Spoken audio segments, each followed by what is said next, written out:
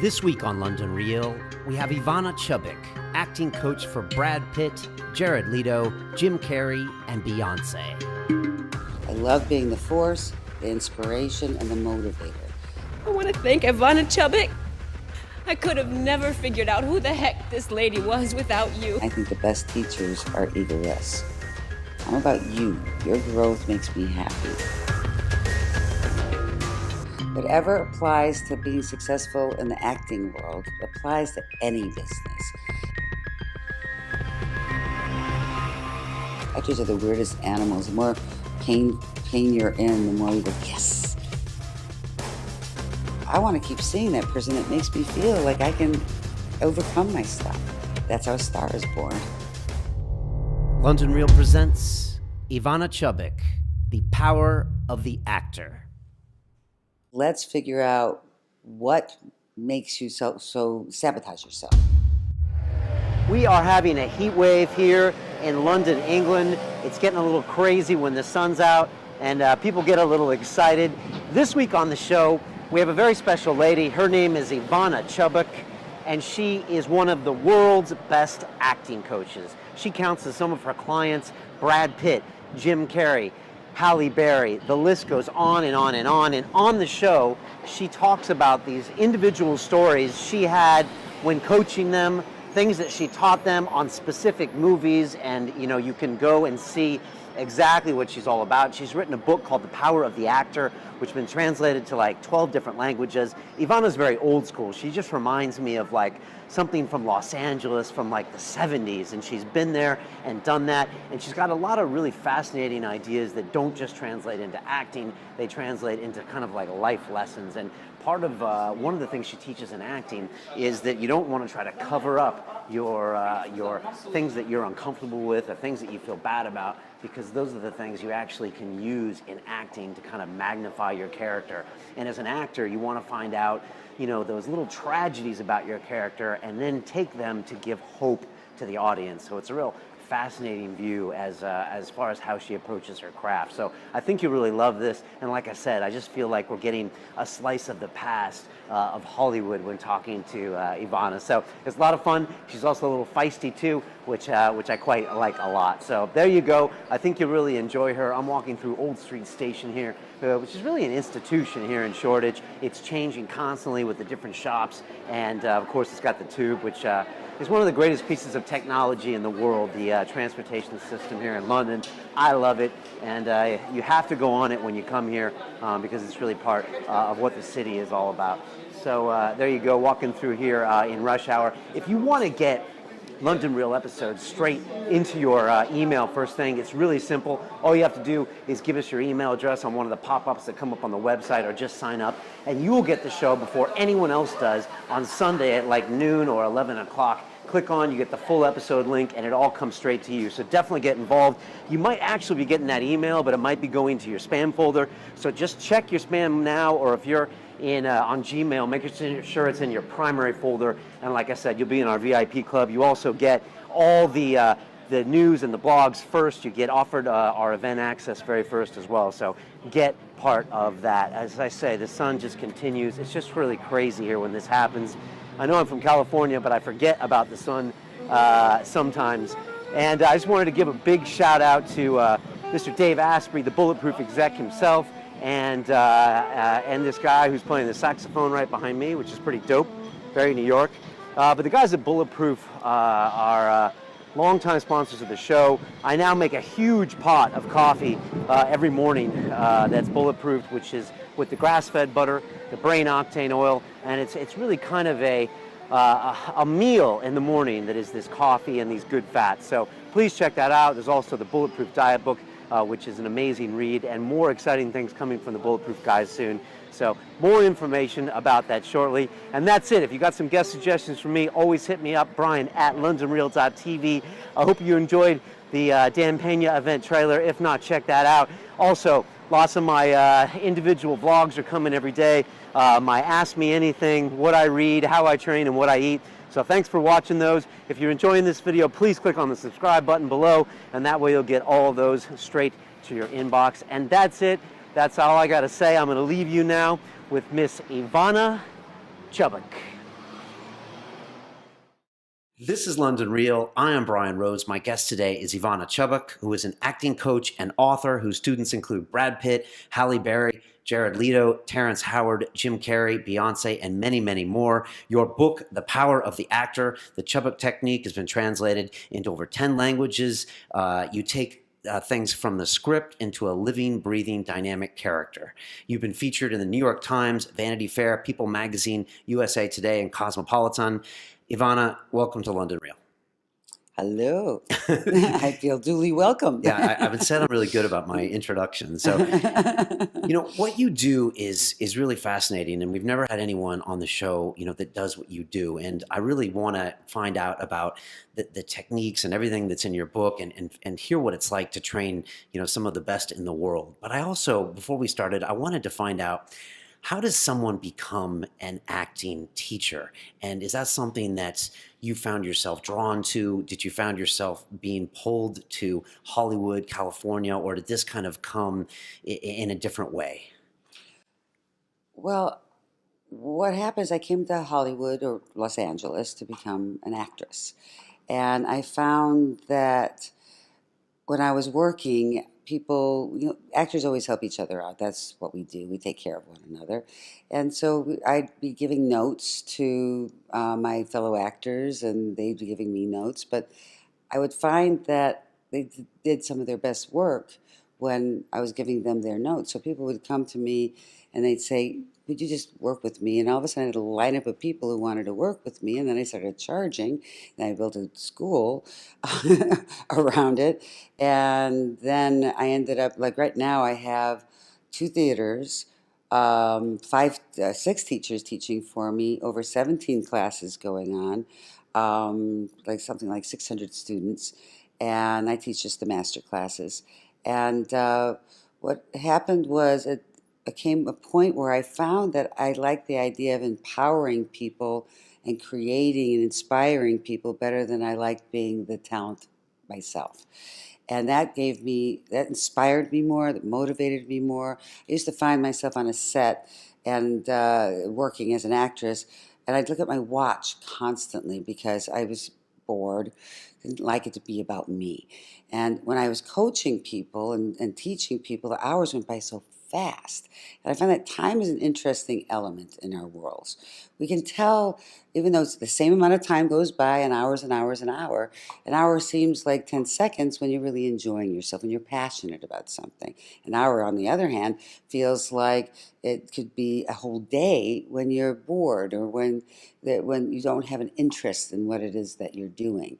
And so I decided to totally quit acting, even though I work with a lot of directors and a lot of producer writers who offer me jobs all the time. I work with some major, major people. And I turned it down without a modicum, not even the tiniest bit of like, maybe I should take that role. That's how much I love what I do. I love being the force, the inspiration, and the motivator. Um, Interesting story, which I've never told anybody before, but I was in Israel to do, my book came out in Hebrew, and I was in Israel, and I was on a special tour, and they took me to a place below that only special people could go into, and I was considered one of those people. It made me feel very good.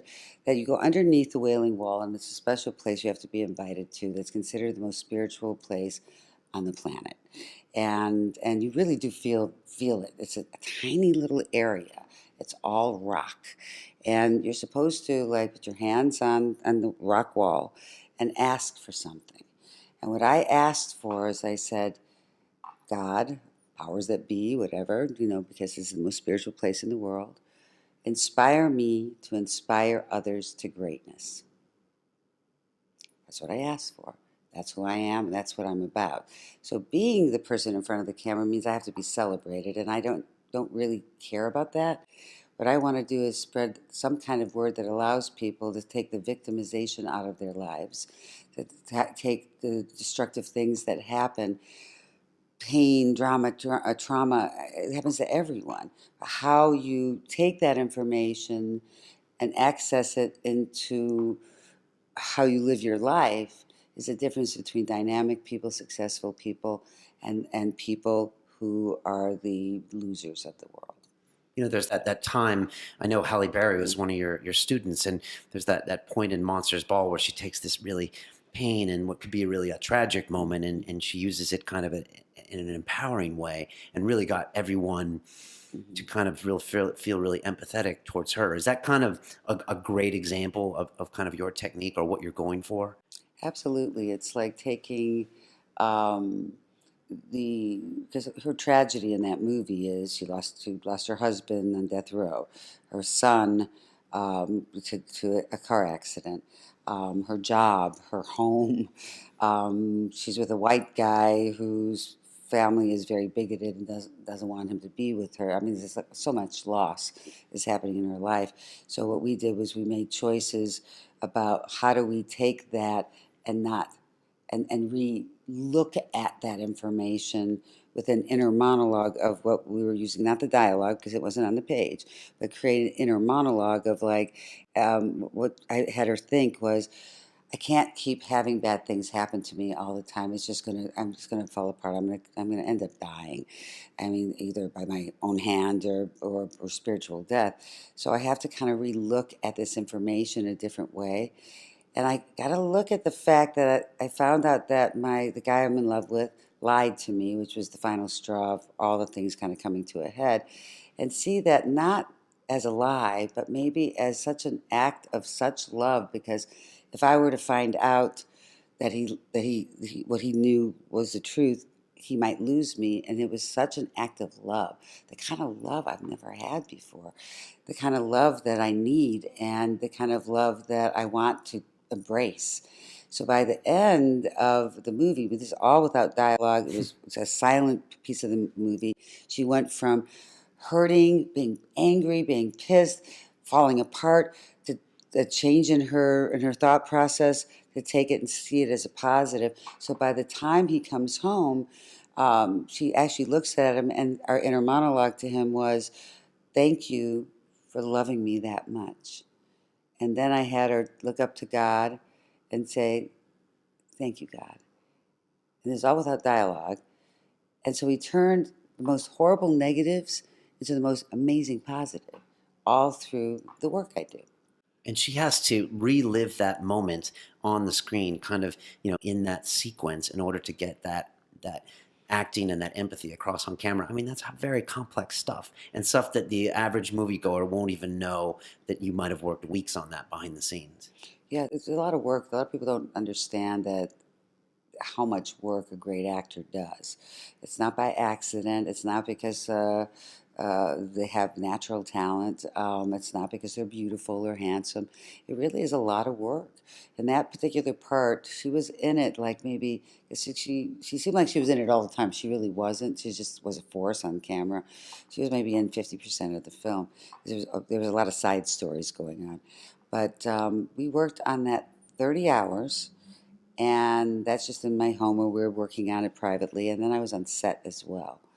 So it The thing that was, fascinates me about the film is that they're ultimately going to take, a piece of 10 seconds here and a piece of 30 seconds there. So to get it all happening and then to get it to happen when everything's ready and the pressure's on, I mean, I guess that's a different level of professionalism.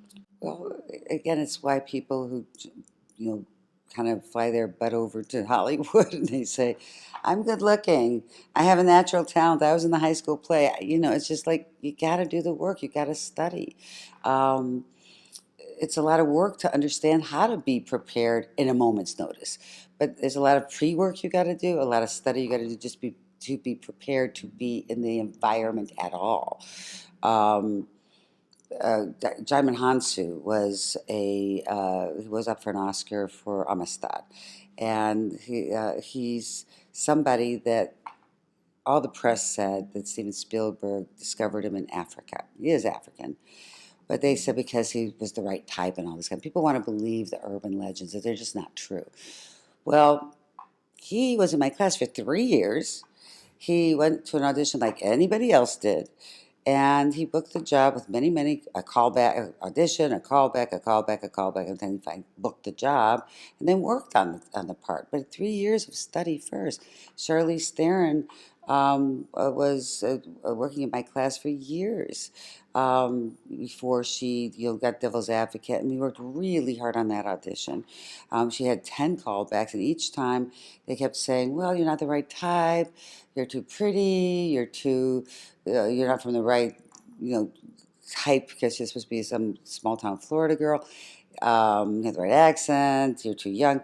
All this stuff." But the audition was such a force that they had to cast her. So it was like every time she'd go in, they'd say, "Well, it's not going to go any further," but then they'd bring her back.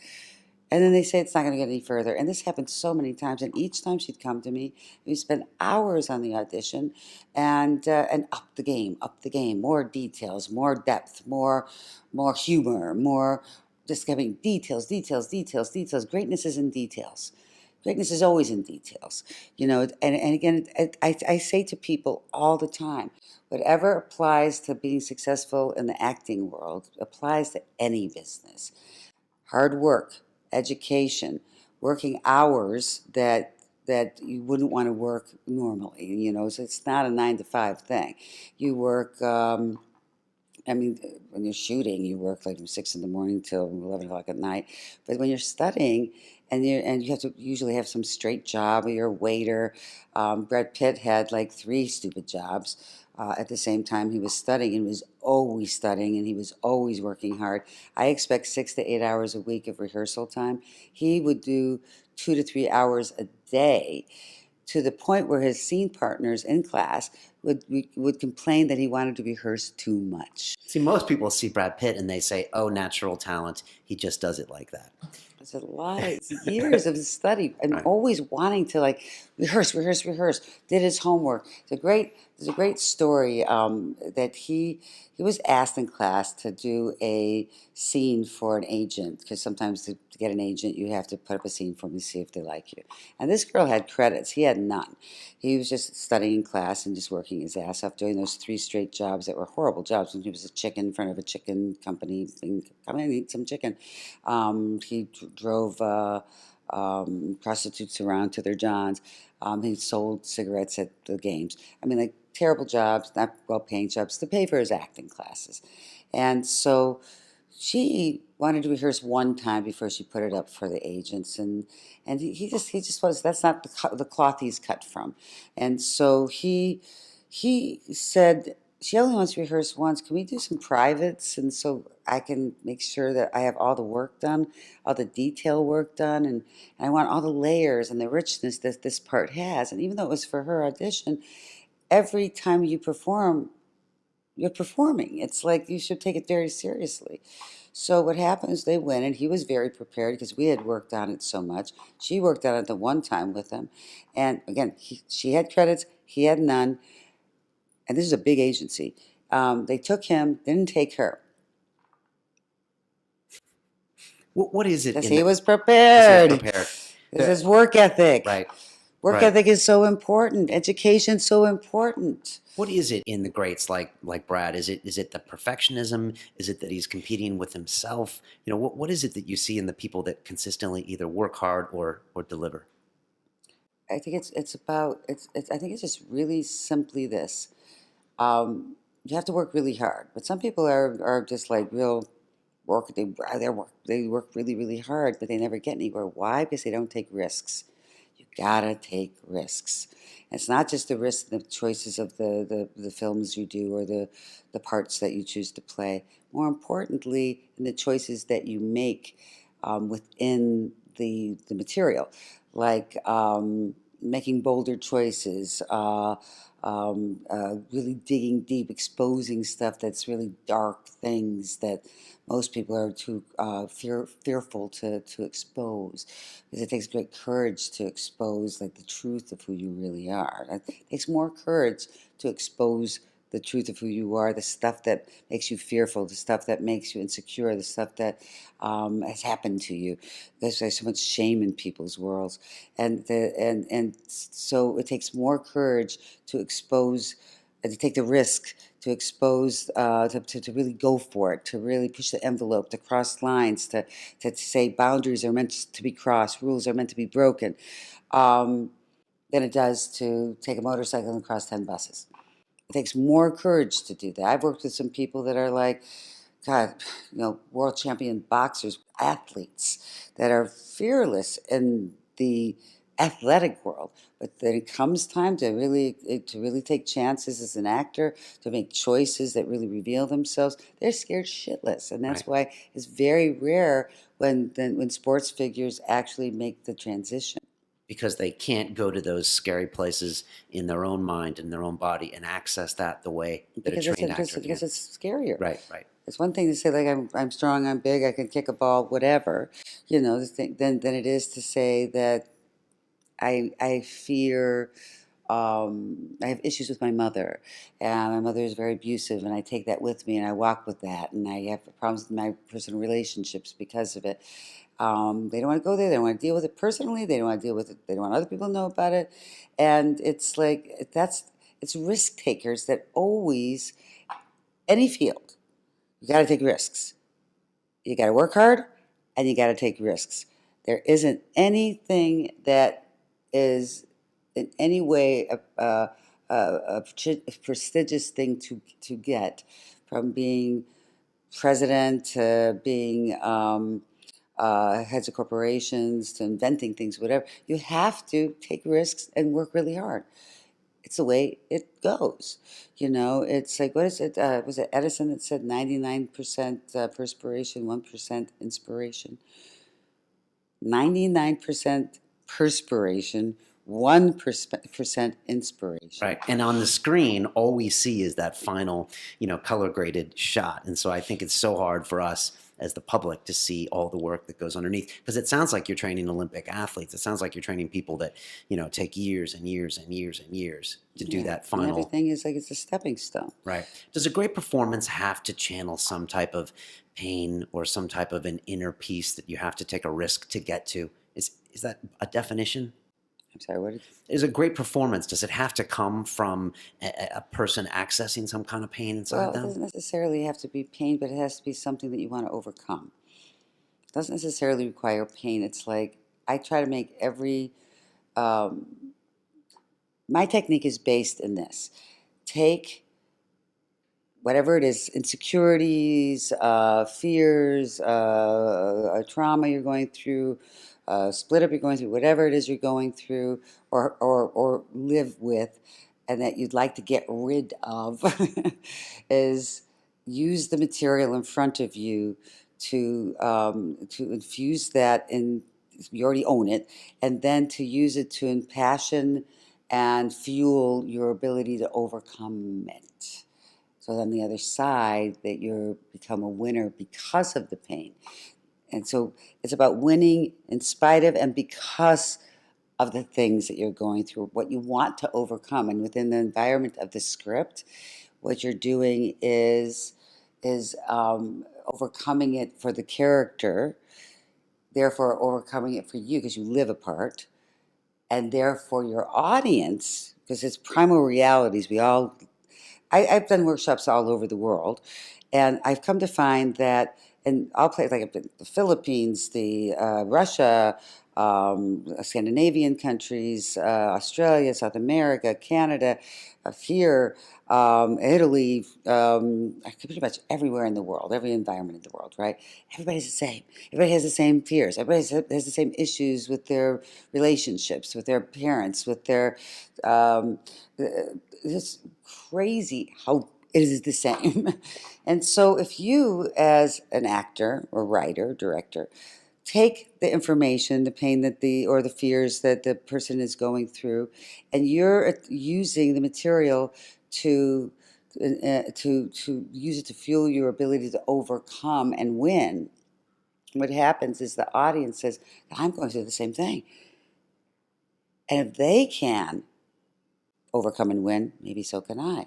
And therefore, you give hope to your audience that they can prosper in spite of and because of the things that they're going through. That's how a star is born. Because I want to keep seeing that person that makes me feel like I can overcome my stuff. And most of the time, most acting techniques are about just getting to the truth and just feeling the pain and going through that. But that to me is like we don't like being around people that are always complaining, and they're always, I mean, truthfully, always, oh, my boyfriend broke up with me, or I just lost my job, or I can't cut a break, and they're truthful and they're honest, but who wants to be around those people? Those people are annoying because they just bring you down. They suck you. They're like little black holes, you know. They suck your life juice away from you, and though you love them and they're your friends or family or whatever, it's hard to be around them. So I always say to my actors and my directors and my writers, I say, look, if you don't want to be around those people for free, why would you pay to have somebody do the same thing on screen or on stage, right?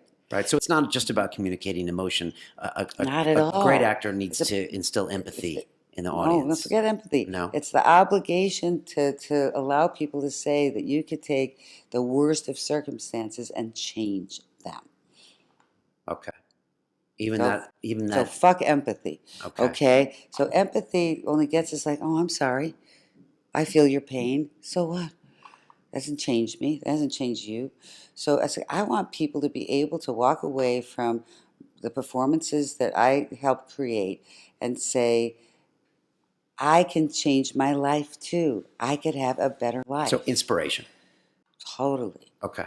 To inspire people that they have hope, that anything is possible, anything can change, that you have the ability to do so, and that the arts, anybody in the arts, whether you're a writer or a dancer or a painter, has the obligation to disturb sensibilities enough for them to understand the ability to change them. That you have the power. You do have the power. So my book is called The Power of the Actor. It's about if I'm empowered, I always I will not let my actors make victim choices, because it's like you're better than that. And this is what you're putting out to people.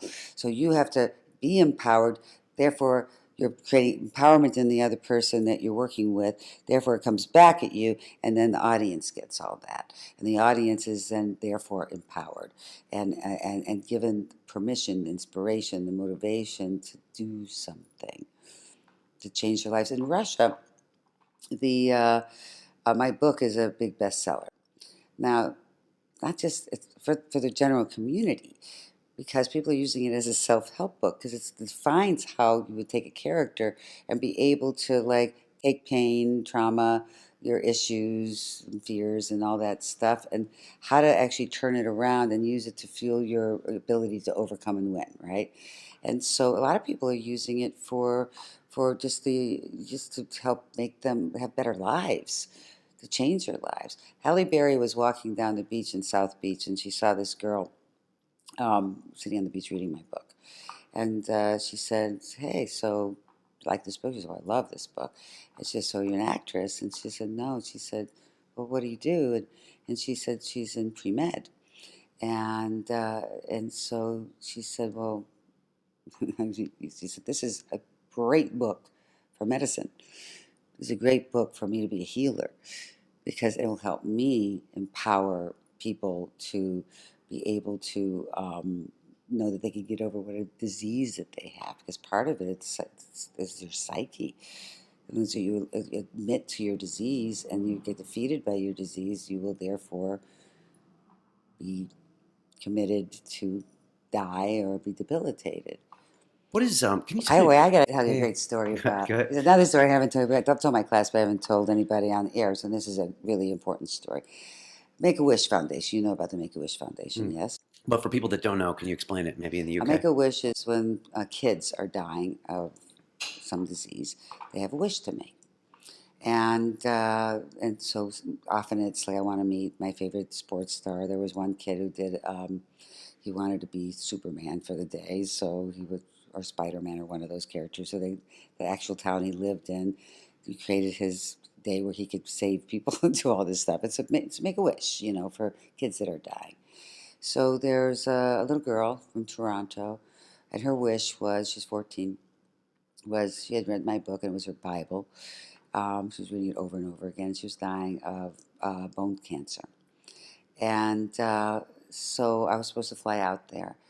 And the day before I was supposed to fly out there, she was in the hospital. She said, she didn't say anything. They told me that she was too sick and she was going to go into surgery right away. They couldn't find a donor. That was a match. They got with the closest they could, which was her father, but it was a long shot. They said it'd be a miracle if it happened. So would you talk to her on the phone? And so I talked to her on the phone. I said, you read the book many, many times, and it says you gotta believe that whatever it is that is the problem, that you have the ability to overcome and accomplish whatever you want. And she says, yes. And I said, okay, you're about to go into surgery, and I know the adults told you that it's a miracle if anything happens. Essentially, they're giving you your death certificate.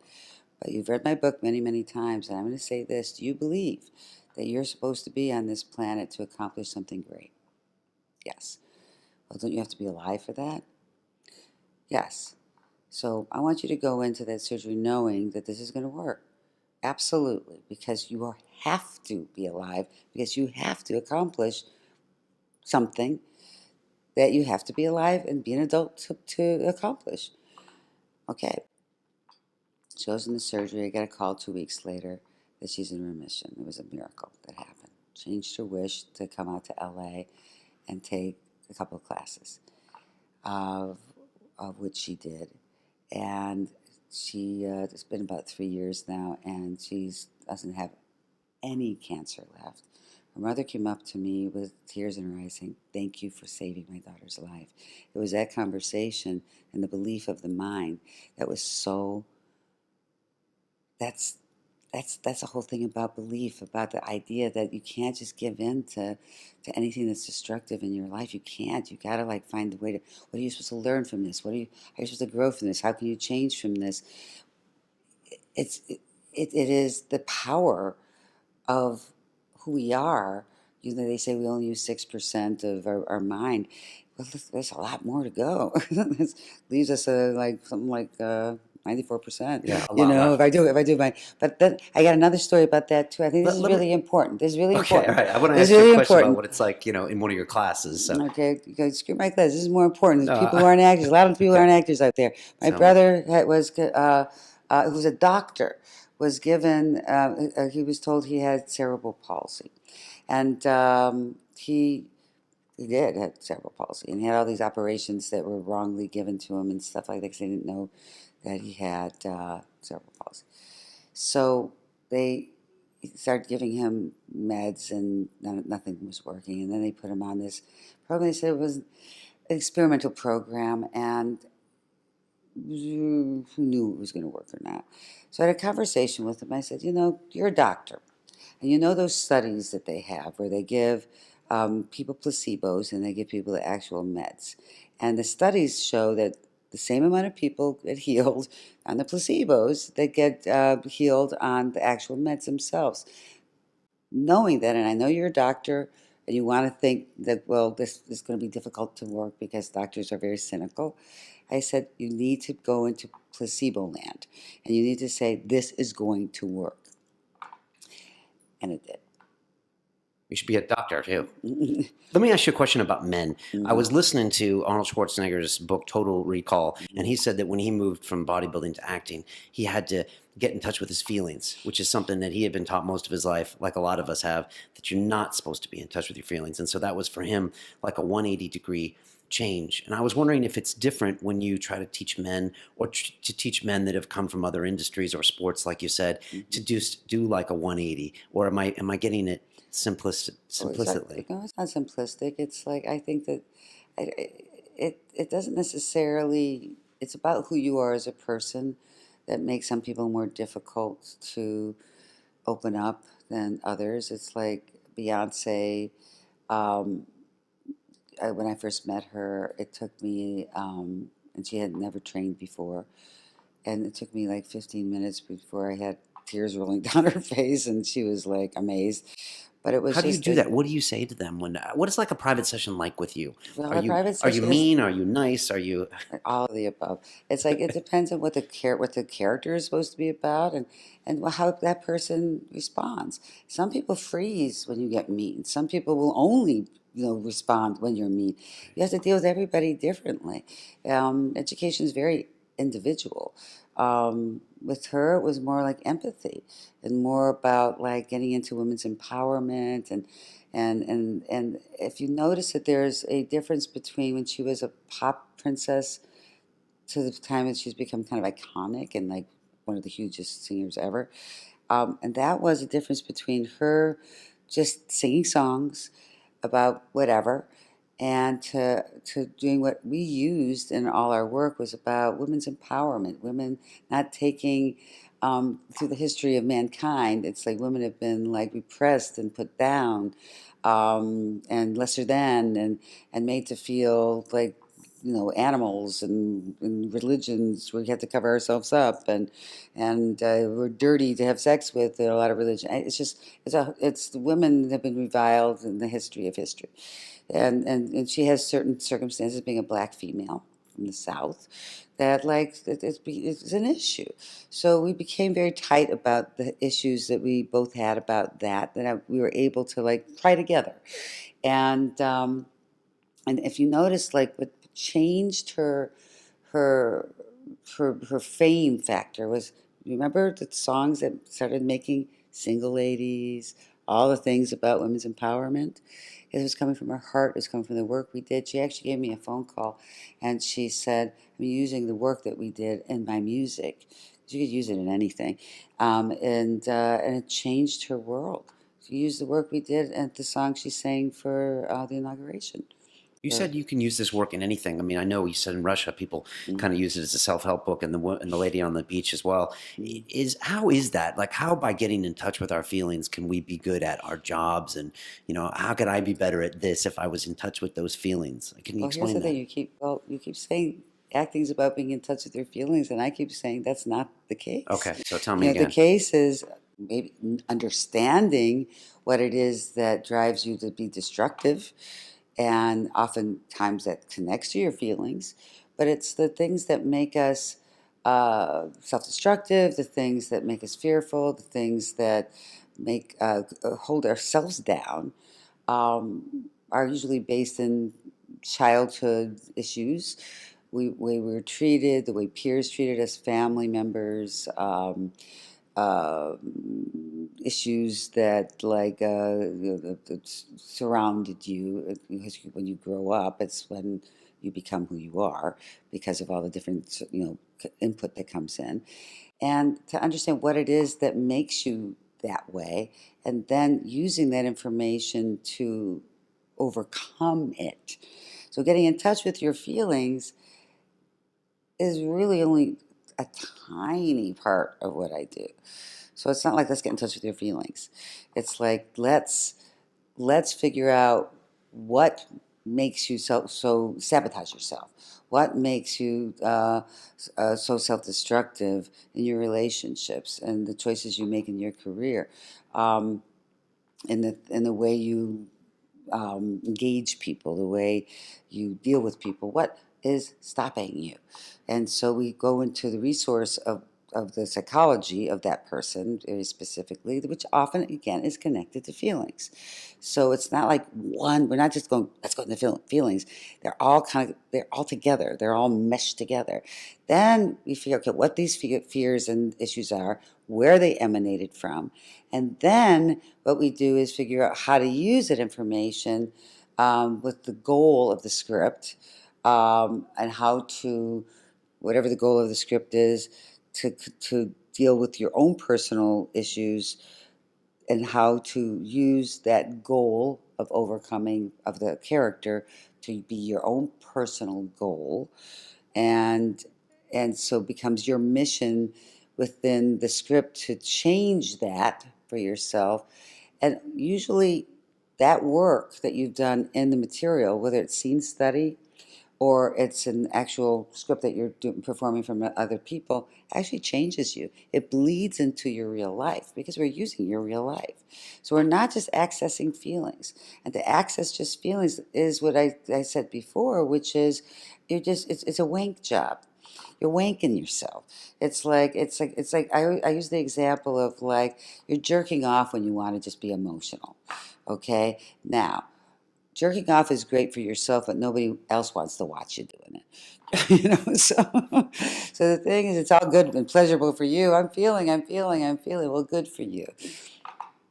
So the point is, you want people to be inspired, motivated, given the hope that they can change their lives via what you're doing. In your interpretation of the script. So anybody who teaches acting and says it's just trying to emote are asking people to jerk off. Okay, And understood. it's very, very it's very, very self-indulgent. Okay. What do you say, or what do you think when you see characters like a Daniel Day-Lewis go into that Lincoln character for like a year, and he's in character on the set, he's in character off the set, and he said that part of him misses being Lincoln because he was him for like a year. And when you see people dive in, like you said, so much that it affects them on the other side, is that I guess there's no right or wrong, but is that a technique you teach? Is there a reason for that? Does that work for some actors and not for others? Because that's always fascinating to me. It works for him. And it's like if people ask me questions, but is it right to do this? And I said, does it work? Yes, then it's right. If it doesn't work, then it's wrong. It's like those are your defining factors. It's like there is no right or wrong in things. It's like you have to, and again, it's like if like Bill Gates said, well, nobody's made computers before, so it's wrong to make them. It doesn't, this doesn't make sense because nobody's done it before. You gotta it's right because it works. It's wrong when it doesn't work. So and if anybody has it says, well, what you're doing is the wrong thing to do, is like censoring. Censorship is antithetical to growth. Censorship of any form. Right. You say a lot of times that I think it's common for people to take their insecurities and the nuances they don't like about them, and we try to cover them up or improve on them. But I think in acting and maybe in life, you're saying that we should kind of embrace those things that make us unique. They're And then you said gifts. find some humor in it. I just wondered what you mean by that when you talk Also, about that. humor is so important. It's a great medicine. It's a great healant. It's like if you're going through, I always say, I don't care how dark the material is, find the humor. There's always going to be. I think I'm at my funniest when I'm depressed about something, when I'm upset, when I'm angry. It's like people are at their funniest because they're trying to lighten up the darkness, and I think that people respond. Like in a horror film, for example, something funny happens before somebody's head gets chopped off. I mean, it makes the dark that much more dark. So if you get used to the dark, you can see. So like you need to have it's the three-dimensionality of life. It's like we want to laugh, we want to cry, we want it all. And I think humor is a very, very important aspect. So there's humor in everything. You find humor in everything. Who are some of your favorite male actors and why? Um, wow. I'm thinking old school in my mind, but I don't know why I'm thinking that. But Well, I don't like have, to make those kinds of opinions because so many people are good for different reasons that to earmark a couple would just be wrong. I've been doing this 35 years. 35 years of training people, thousands and thousands of people all over the world. And I love them all. I mean, it sounds really weird, and they will tell you, if you talk to any of my students, they'll tell you that's true. And they love me back. We have love stories everywhere. We all reveal it. I reveal my stuff. They reveal their stuff. And we're all and I believe in them and they believe in me. And it's like, I don't know, it's a love story. I did a workshop in Berlin, and a bunch of them came out to LA, and it's like they didn't want to leave because and I didn't want them to leave, and everybody else in class fell in love with them, and it's just there's a lot of love when people are so open and people are willing to cross the lines. It's like when you put yourself in any kind of a box, you become somebody that nobody wants to know. But if you're pushing the envelope and you're crossing lines and you're taking chances and taking risks, those are exciting people. We want to be around them. We want to touch them. We want to be a part of their lives. And so it's I don't I say that just pretty much anybody that you think is great, I probably will think so too.